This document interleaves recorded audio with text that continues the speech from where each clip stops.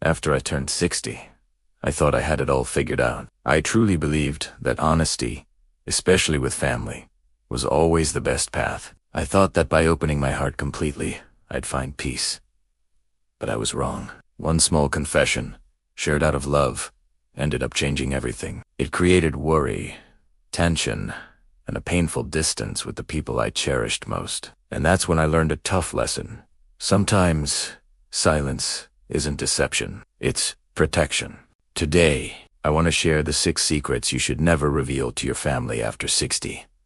Lessons I learned through regret, reflection, and finally, acceptance. Because peace, my friend, becomes absolutely priceless with age. Let's start with secret number 1.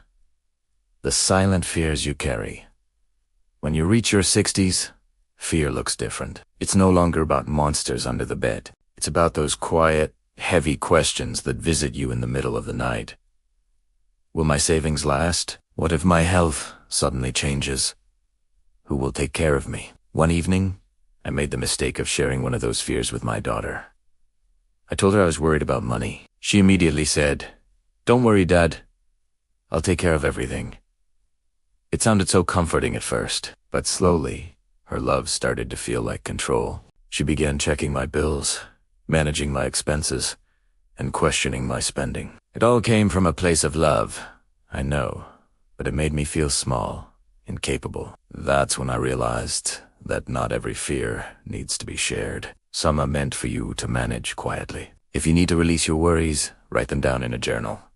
Find solace in prayer, or talk to a trusted friend who isn't your child. Don't pass your anxieties onto your children. Peace isn't found in saying everything on your mind. It's found in knowing what not to say. This leads me to secret number 2, the regrets of the past. With age often comes the desire to confess, to make peace with old mistakes and clear your conscience. One day, I decided to tell my son about a decision from my younger years that I regretted deeply. He listened quietly, nodded, but afterward, something between us changed. He started to see me differently, not as his wise, steady father, but as someone flawed and fallible. I learned that not every regret needs to be spoken aloud to your family. Our children don't need to carry our past burdens. They need our wisdom, not our guilt. If you ever feel that powerful urge to share your mistakes, stop and ask yourself, will this truly help them, or will it just hurt them? Remember, some apologies are meant for the person in the mirror, not for the dinner table. Let your regrets teach you, not haunt them. Now for secret number 3, the truth about money and independence. After 60, money isn't about growing wealth anymore. It's about protecting your peace of mind. I once made a lighthearted joke to my son that my taxes might leave me broke. He laughed, but then he started managing my bills. It came from love, but it made me feel like I had lost control over my own life. You see, when we share too many financial worries, our family starts to see us as fragile, not capable. Tay Manuel, but it fundamentally changes the relationship dynamic. So here's my advice. Discuss money when necessary, but always focus on stability, not struggle. Ask for advice confidently, not out of fear. You can say, "I'd like your opinion on this," not, "I don't know what to do." At this stage of life, your independence is worth more than any amount of money. Protect it gently. Let's move on to secret number 4. When love turns into taking sides. Love within a family is a delicate thing, especially after 60. One evening, during a small disagreement with my wife, I vented and shared too much with my daughter. She listened, full of concern, but later she called her mother to talk about it, and just like that, a line was crossed, and something between us all broke. When you invite your children into your marital problems, they stop being spectators. They are forced to take sides. It's not their fault. They love you both, but once they see the cracks in your relationship, they can't unsee them. So, protect your private life. Don't share every argument or every frustration. Love and privacy aren't enemies. In fact, they're partners. Sometimes, silence keeps the peace alive far longer than words ever could. This brings us to secret number 5, when care turns into control. Getting older means facing small, inevitable changes, the aches, the moments of forgetfulness, the slower mornings. I once casually mentioned to my son that I'd been feeling a bit dizzy lately.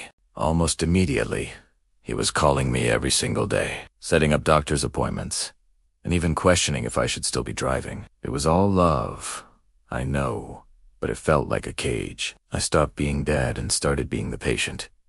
That's when I learned to share my health updates wisely. Don't let their concern morph into control. Instead of saying, I feel weak, try saying, I'm taking good care of myself. Your words shape their perception. Getting older doesn't mean giving up your autonomy. It means learning how to keep it gently, wisely, and proudly. You can be cared for without being controlled. Teach your family how to love you without fear. And finally, secret number 6, the dreams you still hold. People often assume that after 60, life just slows down and passions fade. But inside, you still carry dreams. For me, it was a lifelong dream of traveling across the country by train. When I finally shared it with my children, they just smiled and said, "Oh, Dad, you're not 20 anymore."